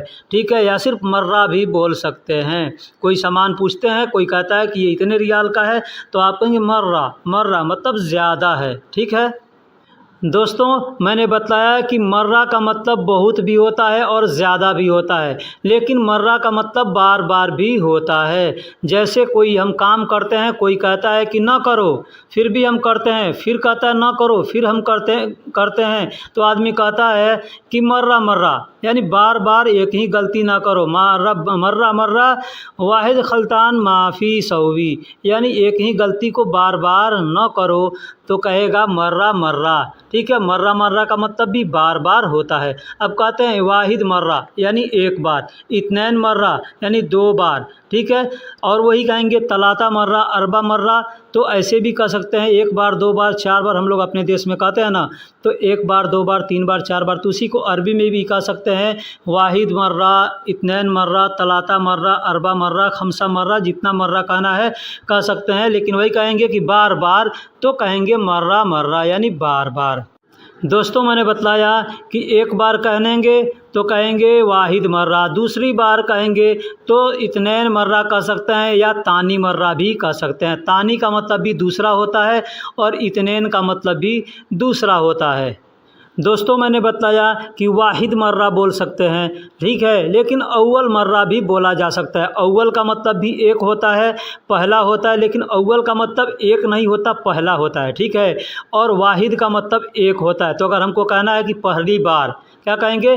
पहली बार तो कहेंगे अव्वल मर्रा, लेकिन कहना होगा कि एक बार तो कहेंगे वाहिद मर्रा। ठीक, ये चीज़ को आप समझ लीजिए। ये सब चीज़ें अगर जो आदमी समझ जाएगा ना, तो उसको अरबी बोलने से कोई आदमी नहीं रोक सकता है। वो आदमी आसानी से अच्छे से अरबी बोलेगा और समझेगा। ठीक है, तो ये चीज़ें को समझना पड़ता है। तो दोस्तों, वीडियो कैसी लगी आप हमको कमेंट बॉक्स में ज़रूर बताइएगा। कुछ गलती हुआ होगा वो भी आप बताइएगा। हमारे चैनल पर स्ट्राइक आया हुआ था, जिसकी वजह से मैं वीडियो अपलोड नहीं कर रहा था। ये दूसरा वीडियो है। ठीक है, अगर आपको पसंद आए तो आप कमेंट्स में लिखिएगा कि इस तरह का वीडियो बनाइए, तो मैं लगातार इस तरह का वीडियो बनाते रहूँगा, ताकि आपको ज़्यादा से ज़्यादा फ़ायदा हो सके। कुछ समझ में ना आए तो आप कमेंट बॉक्स में ज़रूर लिखिएगा।